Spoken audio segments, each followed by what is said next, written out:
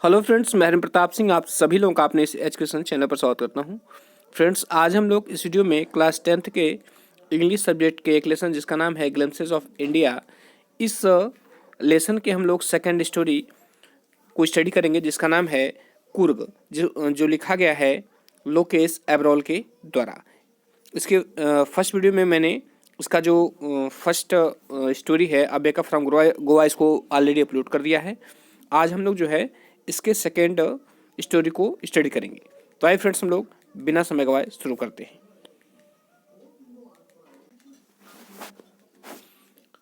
देखिए, लेसन जो है आपके सामने है, आइए इसको पढ़ते हैं और समझते हैं। तो किसमें कहा है कि Coorg is coffee country. Coorg क्या है? ये एक प्लेस का नाम है और इसी के बारे में कह रहा है कि कुर्ग एक कॉफ़ी कंट्री है। अब इसको कह रहा है कि कॉफ़ी का देश है।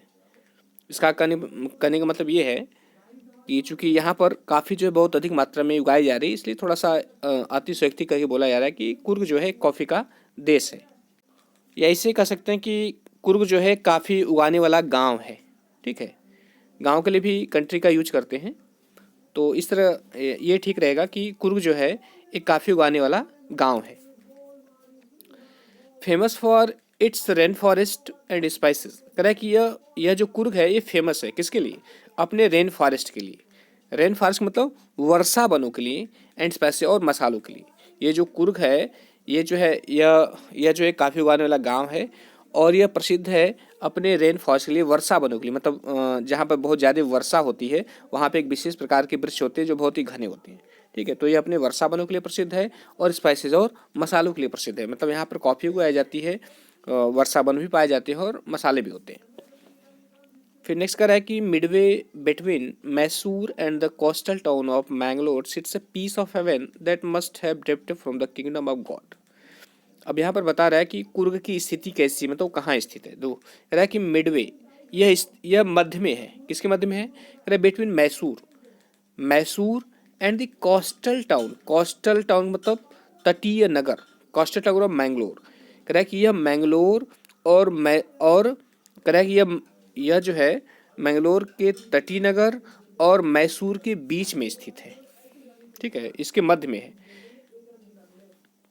फिर देखिए, कह रहा है कि मिडवे कह रहा है मध्य में। किसके मध्य में? बिटवीन मैसूर, मैसूर के and the coastal town of Mangalore, और मैंगलोर के तटीय नगर के मध्य में सिट्स स्थित है अ पीस ऑफ हेवन, स्वर्ग का एक टुकड़ा, that must have drifted. Drifted मतलब होता है उड़ाकर ले जाना। कह रहा है कि जो निश्चित रूप से उड़ाकर ले जाया गया होगा from the kingdom of God, भगवान के साम्राज्य से।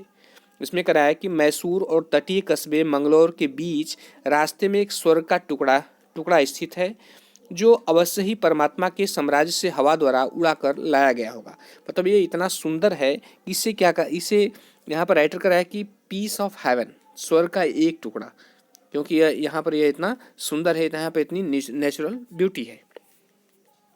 कह रहा है कि this land of rolling hills, rolling hills का मतलब घुमावदार पहाड़ी, और यहाँ लैंड का मतलब धरती। कह रहा है कि this land of rolling hills, कह रहा है कि इस घुमावदार पहाड़ी की धरती पर इज इनहेबिटेड, निवास करते हैं। कौन निवास करते हैं? कह रहा है by a proud race of martial man. Martial man मतलब लड़ाका। यहाँ देखिए मार्शल ना, martial means having to do with war, मतलब लड़ाके। कह रहा है कि यहाँ पर जो है कह रहा है इस घुमावदार पहाड़ी की धरती पर गौरवशाली लड़ाका लोगों की एक जाति निवास करती है। और कौन निवास करता है? कह रहा है ब्यूटीफुल ओमेन, सुंदर औरतें निवास करती हैं, एंड वाइल्ड क्रीचर्स, और जंगली जीव निवास करते हैं। आगे कुर्ग। कुर्ग कह रहा है कुर्ग और कोडागू, कुर्ग को ही कोडागू बोला जाता है। कह रहा है कि कुर्ग और Kodagu the smallest district of Karnataka. कह रहा है ये कर्नाटका का सबसे स्मॉलेस्ट डिस्ट्रिक्ट है, मतलब सबसे छोटा जिला है। अगर आप कर्नाटका के मैप को देखेंगे तो आप देखेंगे जो है एक लेफ्ट साइड में सबसे छोटा जिला जो है वो कुर्ग ही है। कह रहा है कि जो कुर्ग या कोडागू कर्नाटक का सबसे छोटा जिला इज होम, यह घर है। किसका घर है? To evergreen rain forest. Evergreen rain forest मतलब सदाबहार वर्षा वनों का। स्पाइसेस मसालों का, एंड कॉफ़ी प्लांटेशन और काफ़ी के बागानों का घर है। अर्थात मतलब यहाँ पर सदाबहार वर्षावन पाए जाते हैं, मसाले उगाए जाते हैं और काफ़ी उगाए जाते हैं। आय कह रहा है कि एवरग्रीन रेन फॉरेस्ट कह रहा है कि सदाबहार वर्षावन कवर 30% ऑफ दिस डिस्ट्रिक्ट। कह रहा है कि जो सदाबहार वर्षावन है वह इस जिले के 30% को कवर किए हैं, अर्थात इस जिले के 30% पर वर्षावन पाए जाते हैं। कह रहा है कि ड्यूरिंग द मानसून के दौरान इट पर्स का मतलब यहाँ पर बौछारों से है, बौछार। इट पर्स एनफ, कह रहा है कि इतनी एनफ बौछार होती है, इतनी एनफ शावर पड़ती है, मतलब इतनी अधिक बौछार होती है to keep many visitors away, कि यह बहुत सारे विजिटर्स को दूर ही रखती है। अर्थात वह कहने मतलब ये है कि मानसून के दौरान इतनी अधिक बौछार होती है कि बहुत सारे विजिटर जो है यहाँ पर जो पर्यटक होते हैं यहाँ मतलब दूर ही रहते हैं, मतलब यहाँ पर आने से बचते हैं, मतलब उस मानसून के दौरान यहाँ पर नहीं आते क्योंकि इतनी तेज बारिश होती है। दिस सीजन ऑफ जॉय कह रहा है कि आनंद का जो मौसम होता है कमेंसेस मतलब स्टार्ट होता है, आरंभ होना। जो आनंद का मौसम होता है वो आरंभ होता है फ्रॉम सितंबर से एंड कंटिन्यूज टिल मार्च, और मार्च तक चलता है। मतलब वहाँ जो घूमने वाला मौसम होता है, जो आनंद प्रदान करने वाला मौसम होता है वो सितंबर से मार्च तक होता है। फिर कह रहा है कि द वेदर इज परफेक्ट, मौसम जो है पूर्ण होता है with some shower thrown in for good measure. कह रहा है कि गुड मेजर मतलब काफ़ी हद तक जो है सावर होने के कारण, अर्थात बौछारें होने के कारण, काफ़ी हद तक वर्षा होने के कारण जो है मौसम अच्छा होता है। या ऐसे भी कह सकते हैं कि पर्याप्त मात्रा में वर्षा होने के कारण मौसम बहुत अच्छा होता है। फिर कह रहा है कि the air breathes of in invigorating coffee. Invigorating मतलब होता है स्फूर्तिदायक, ठीक है। कह रहा है कि द एयर ब्रीथ्स, कह रहा है हवा में महक होती है, किसकी? इनविगोरेटिंग कॉफ़ी मतलब स्फूर्तिदायक कॉफ़ी की, हवा में स्फूर्तिदायक कॉफ़ी की महक होती है। फिर कह रहा है कि कॉफ़ी स्टेट्स, कह रहा है जो कॉफ़ी की स्टेट हैं एंड कॉलोनियल बंगलो, और जो कॉलोनियल बंगलो मतलब उपनिवेशी बंगलो हैं। उपनिवेशी मतलब जो पुर्तगाली थे वो उपनिवेशी थे, वो बाहर से आए हुए थे यहाँ पर अपना व्यापार करने के लिए, तो उनके जो बंगलो बने हुए थे। तो वही कह रहा है कॉफ़ी की स्टेट और जो उपनिवेशी बंगले थे, कह रहा है कि इसमें स्टैंड वो स्थित थे, कहाँ स्थित थे? Tucked under tree canopies in prime corners. यह टग्ड है, टग्ड मतलब सिमटे हुए। कह रहा है जो काफ़ी स्टेट थे और जो उपनिवेशी बंगलो थे, कह रहा है स्टैंड स्थित थे, सिमटे हुए स्थित थे कहाँ? अंडर ट्रीज कैनोपाइज, मतलब छतरी होता है, यहाँ लिखा है ना, कैनोपाइज मतलब roof like covering that form shelter. कह रहा है पेड़ों की छतरियों के नीचे इन प्राइम कॉर्नर मतलब सबसे बेस्ट कॉर्नर में। ऐसा करने का ये मतलब है कि जो काफ़ी स्टेट थे और जो बंगलो बने हुए थे वह जो है पेड़ों की छाया के नीचे, मतलब जहाँ पर पेड़ों की अच्छी छाया थी वहाँ पर सबसे अच्छे बेस्ट कॉर्नर मतलब सबसे अच्छे जगह पर जो है वह जो है वो बने हुए थे। तो इसमें कह रहा है कि the fiercely independent people of Coorg. कह रहा है कुर्ग के जो फियर्सली इंडिपेंडेंट लोग थे, अर्थात जो अत्यधिक स्वतंत्र लोग हैं, और पॉसिबली ऑफ ग्रीक और अरेबिक डिसेंट मीन्स द वंशज। कह रहा है कि ये लोग जो है ग्रीक मतलब यूनान के या अरब के वंशज हैं। उसमें कह रहा है कि कुर्ग के अत्यधिक जो स्वतंत्र लोग हैं वो संभवतः ग्रीक या अरब के वंशज हैं, वहाँ पर रहने वाले। एज वन स्टोरी गोज, जैसा कि एक कहानी है इनके बारे में, या जैसा कि कहानी बताती है कि a part of Alexander's army, की अलेक्जेंडर की सेना का एक भाग मतलब सिकंदर की सेना का एक भाग मूव्ड साउथ की तरफ चला गया अलोंग द कोस्ट, मतलब तटीय क्षेत्र की तरफ। कहने का तात्पर्य यह है कि जैसा कि कहानी बताती है कि सिकंदर की सेना का एक भाग दक्षिण की ओर समुद्र तट तक जो है वो चला गया था। एंड सेटल्ड हियर, और वह वहीं पर बस गया। व्हेन जब रिटर्न बिकेम इम्प्रैक्टिकल, जब उनका वापस लौटना इम्प्रैक्टिकल अर्थात अव्यवहारिक हो गया। ये कहा जाता है कि सिकंदर की सेना जो है दक्षिण में समुद्र तट तक चली गई थी, और जब उनका वापस लौटना अब अव्यवहारिक हो गया था, मतलब वो वापस नहीं लौट सकते थे, तो वो वहीं पर बस गए। कह रहे these people married among the locals, कह रहे इन लोगों ने क्या किया है, मैरिड शादी कर लिया अमोंग द लोकल्स, वहाँ के लोकल लोगों से, स्थानीय लोगों से।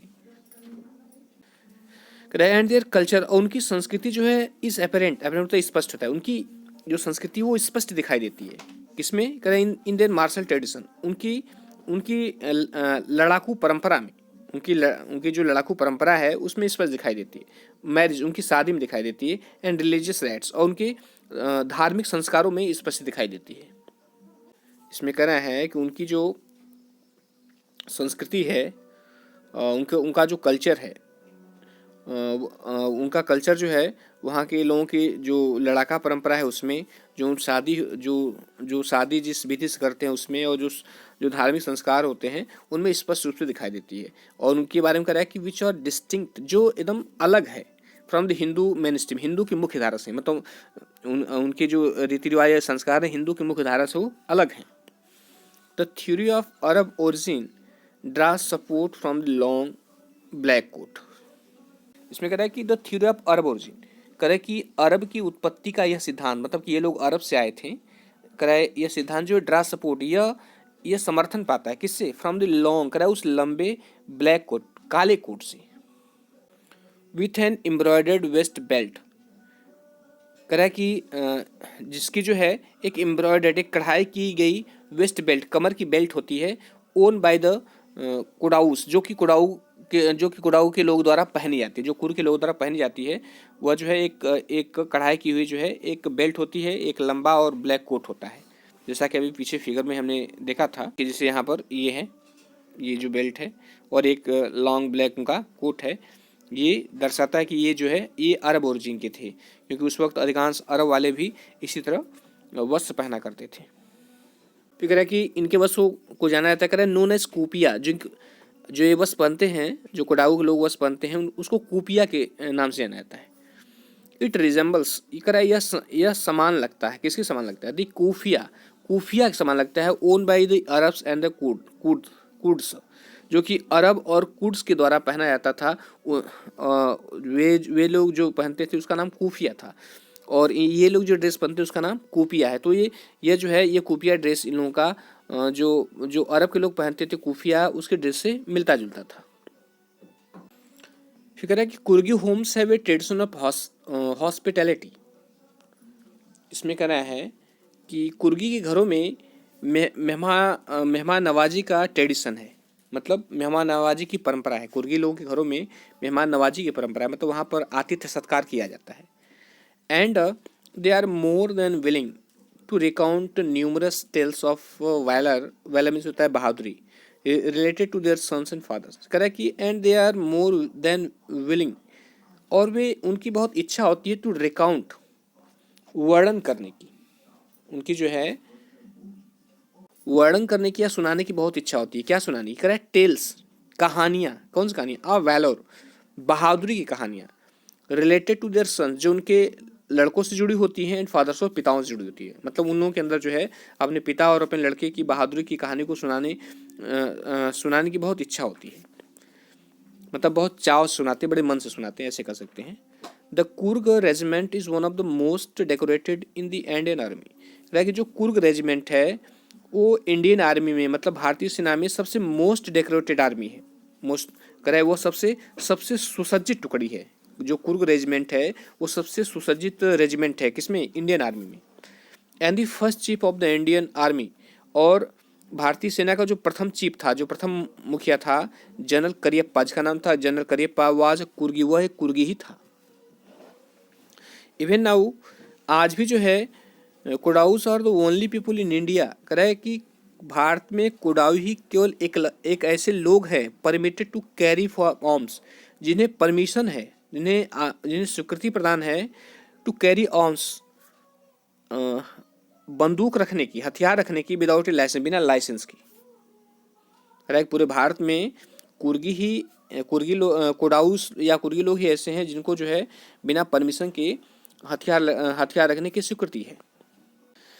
फिर the river Kaveri obtains it's water from the hills and forest of Coorg, कह रहा है कि द रिवर कावेरी, जो कावेरी नदी है, कह रहा है ऑप्टेंस, प्राप्त करती है इट्स वाटर, कह रहा है कि अपने पानी को कहाँ से प्राप्त करती है, फ्रॉम द हिल्स, पहाड़ियों से, एंड फॉरेस्ट ऑफ कुर्ग, और कुर्ग के जंगलों से।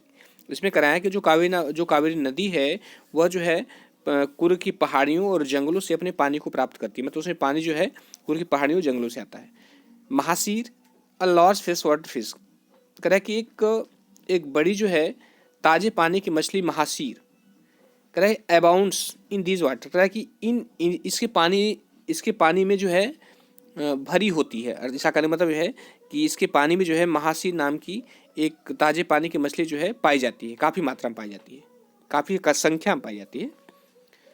King Fisher dive for their catch, जो किंग फिशर है डाइव फॉर देयर कैच, इन्हें पकड़ने के लिए डुबकी लगाता है। वाइल जबकि स्क्वैरल्स, गिलहरी जो है, गिलहरी एंड लंगूर्स ड्रॉ, जब गिलहरी और लंगूर जो है drop partially eaten fruit, partially eating मतलब थोड़ा खाया हुआ फल, कह रहा है कि ये जो है ड्रॉप फेंकते हैं पार्सली इटेन फ्रूट, थोड़ा या आधा खाया हुआ फल, for the mischief of enjoying, आनंद लेने के लिए। किसका आनंद लेने के लिए? दिस स्प्लैश, छपाक की आवाज़ का, मतलब जो कोई वस्तु जब पानी में गिरती जो आवाज आता है, एंड द रिपल इफेक्ट, और लहरों के प्रभाव का, इन द क्लियर वाटर, इस स्पष्ट पानी में। इसमें कहना ये चाह रहा है कि जबकि गिलहरियां और लंगूर आधे खाए हुए फल साफ पानी में पानी की आवाज़ और लहरों के चलने का आनंद लेने के लिए वे उस आधे खाए हुए फल को फेंकते हैं। एलिफेंट्स एंजॉय, कह रहा है कि जो हाथी होते हैं वो आनंद लेते हैं, बीइंग बाथड, नहाए जाने का, एंड स्क्रब्ड, और रगड़े जाने का, इन द रिवर, नदी में, बाय देयर महाउस, अपने महातों के द्वारा, अर्थात जो हाथी होते हैं अपने महातों के द्वारा पानी में नहाए जाने या उनको रगड़े जाने का भी आनंद लेते हैं। फिर कह रहा है कि the most laid back individuals, कह रहा है कि सबसे अधिक जो है लेड बैक मतलब सबसे अधिक आलसी, इंडिविजुअल का मतलब व्यक्ति, या सबसे अधिक आलसी व्यक्ति भी जो है become converts to the life, करें अपन जीवन को परिवर्तित कर लेते हैं किसमें? Of high energy adventure, high energy adventure मतलब उच्च ऊर्जा वाले साहसिक कार्यों में। जो सबसे आलसी व्यक्ति हैं वो अपने जीवन को उच्च ऊर्जा वाले साहसिक कार्यों में परिवर्तित कर लेते हैं, अर्थात वे उच्च ऊर्जा वाले साहसिक कार्यों को करने लगते हैं। जैसे विथ रिवर राफ्टिंग, जैसे कि नदी में राफ्टिंग करना। राफ्टिंग क्या होती है? यहाँ पर देखिए लिखा हुआ है, ये है कि travelling in a river in A raft, एक रैफ्ट में जो है नदी में यात्रा करना। जैसे यहाँ लिखा है कि floating platform made by tying planks together, कह रहा है कि एक तैरता हुआ प्लेटफॉर्म होता है लकड़ी का जो एक दूसरे से बांधा हुआ रहता है।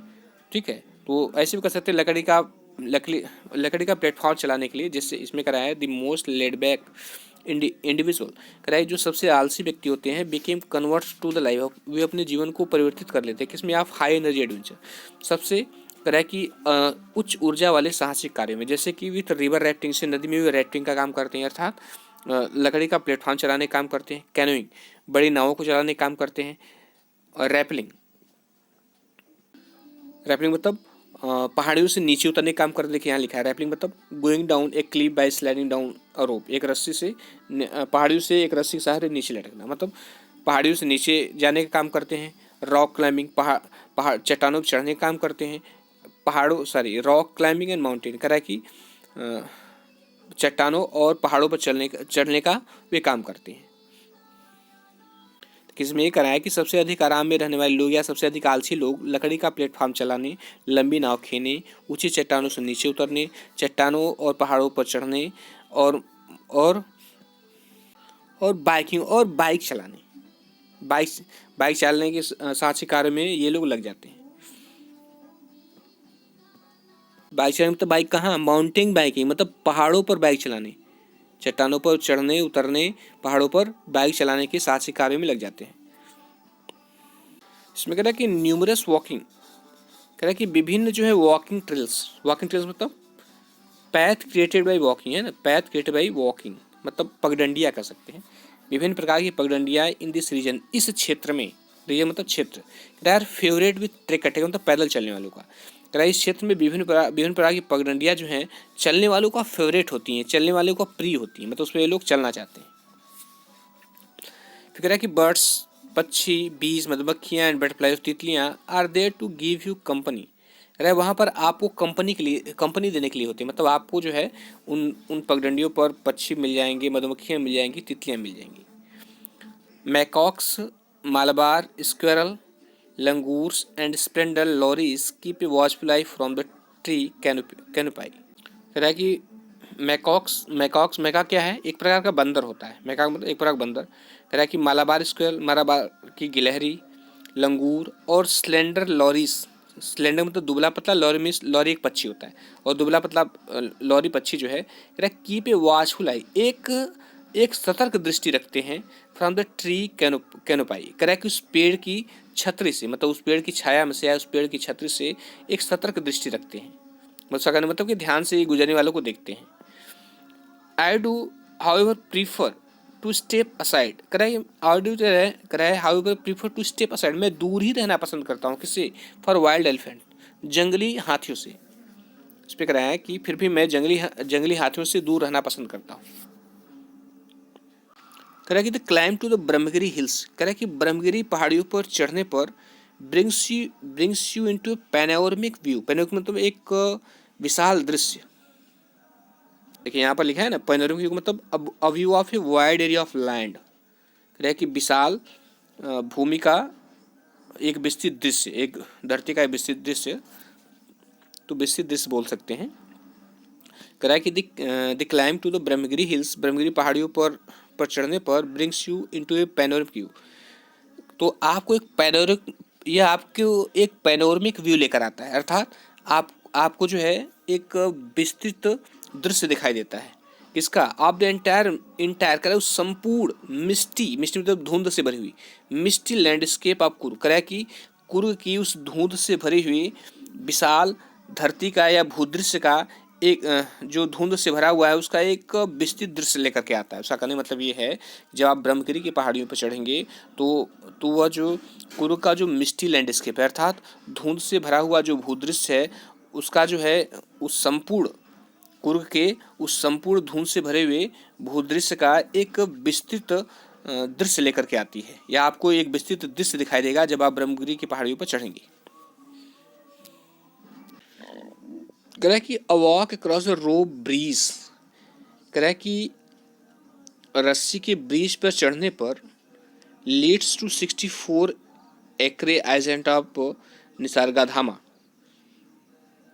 64 एकड़ का वो निसर्गधामा टापू आता है।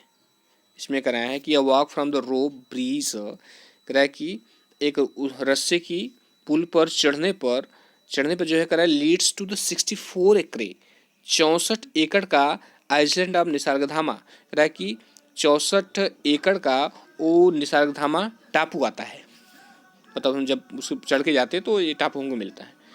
रनिंग इनटू बुद्धिस्ट मॉन्क्स, कह रहा है कि उन बौद्ध भिक्षुओं से होते हुए फ्रॉम इंडियाज लार्जेस्ट, भारत के सबसे बड़े तिब्बतन सेटलमेंट, मतलब भारत के सबसे बड़े तिब्बतियों का निवास स्थल, एट नियर बाई बाइलाकोपी, जो बाइलाकोपी के पास है। कह रहा है इसे बोनस, वो लाभ देने वाला होता है। अच्छा, कहने का ये मतलब है कि बेलाकुपे के आसपास भारत की सबसे बड़ी तिब्बती लोगों की बस्ती तथा बौद्ध भिक्षुकों से मिलने का अलग फायदा होता है। इसमें ये कह रहा है कि रनिंग होते हुए, कहाँ से? इनटू बुद्धिस्ट मॉन्क, मतलब बौद्ध भिक्षुओं के पास से होते हुए from India's largest Tibetan settlement, और भारत के सबसे बड़े तिब्बतियों के निवास स्थल, जहाँ मतलब सबसे अधिक तिब्बती रहते हैं। कह रहा है कि वहाँ तक होते हुए, और ये दोनों कहाँ पर हैं? कह रहा है एट नियर बाई बालाकुपे, जो बालाकुपे पास है। कह रहा है कि इन बौद्ध भिक्षुओं से मिलना और इस भारत के सबसे बड़े जो तिब्बती हैं उस स्थल को देखना, ये जो है एक लाभदायक होता है। एक बार मैं इसको फिर समझा देता हूँ। कह रहा है कि रनिंग इनटू बुद्धिस्ट मॉन्क, बौद्ध भिक्षुओं से मिलना। ये बौद्ध भिक्षु कहाँ के हैं, कहाँ से होते हैं? कह रहे हैं from India's largest Tibetan settlement. इसमें कह रहा है जो भारत की सबसे बड़ी तिब्बती लोगों की बस्ती है उन तिब्बतियों के बीच में उन बुद्धिस्ट लोगों से मिलना। और ये जो तिब्बती बस्ती कहाँ है, नियर बाई बालकुपे, जो बालकुपे के पास है, रहा कि इन बौद्ध भिक्षु से मिलना जो करे इज बोनस, वो बोनस के समान होता है, अर्थात वो लाभदायक होता है, लाभ देने वाला होता है। अब आशा करता हूँ समझ में आ गया होगा। द मॉन्क्स कह रहा है कि भिक्षु इन रेड, लाल रंग के कपड़े पहने हुए, ओकर ओचर गेरुए रंग के कपड़े पहने हुए, एंड येलो रब्स और पीले रंग के वस्त्र पहने हुए। कह रहा है ये लोग जो है, कह रहा है अमॉन्ग्स द मेनी सरप्राइजेस, कह रहा है कि ये लोग अनेक अजूबों में से एक हैं, ये लोग अनेक अजूबों में से एक हैं। दैट वेट, जिन्हें इंतजार रहता है, टू बी डिस्कवर्ड, खोजे जाने का, बाय विजिटर, इन पर्यटकों के द्वारा। सर्चिंग, जो और ये पर्यटक सर्चिंग जो तलाश में रहते हैं, for the heart and soul of India, जो भारत के दिल और आत्मा की तलाश में जो ये पर्यटक रहते हैं, इन पर्यटकों द्वारा जो है, ये जो लाल रंग के, गेरुए रंग के, पीले रंग के वस्त्र पहने हुए जो भिक्षु हैं, इन्हें इन लोगों के द्वारा खोजे जाने का इंतजार रहता है। मतलब ये भी लोग सोचते हैं कि ये लोग जो भारत की आत्मा में या दिल में विश्वास करते हैं, मतलब जो जाति पात धर्म इन सबको नहीं मानते हैं, सबको समान भाव से देखते हैं, तो इन लोगों कह रहा है कि ऐसे लोगों का तलाश इन लोगों को होता है। फिर से मैं बता दूं इसको, कह रहा है कि द मॉन्क्स, कह रहा है भिक्षु इन रेड, लाल रंग कपड़े पहने हुए, इन ऑचर गेरुए रंग के कपड़े पहने हुए, एंड येलो रॉब्स और पीले रंग के कपड़े पहने हुए। कह रहा है कि यार अमॉन्ग्स द मेनी सरप्राइजेस, कह रहा है कि अनेक जो है आश्चर्यों से एक होते हैं, अनेक अजूबों से यह लोग एक हैं। दैट वेट, जिन्हें इंतजार होता है, टू बी डिस्कवर्ड, खोजे जाने का, किसके द्वारा, बाय विजिटर्स, आगंतुकों के द्वारा या पर्यटकों के द्वारा खोजे जाने की इंतजार होता है। कौन और ये पर्यटक होते कैसे, इनका भी वर्णन करा है। कह रहा है कि ये पर्यटक जो कि सर्चिंग, जो तलाश में रहते हैं, for the heart and soul of India, right here in Coorg, जो कुर्म जो है भारत की आत्मा और दिल की तलाश में रहते हैं।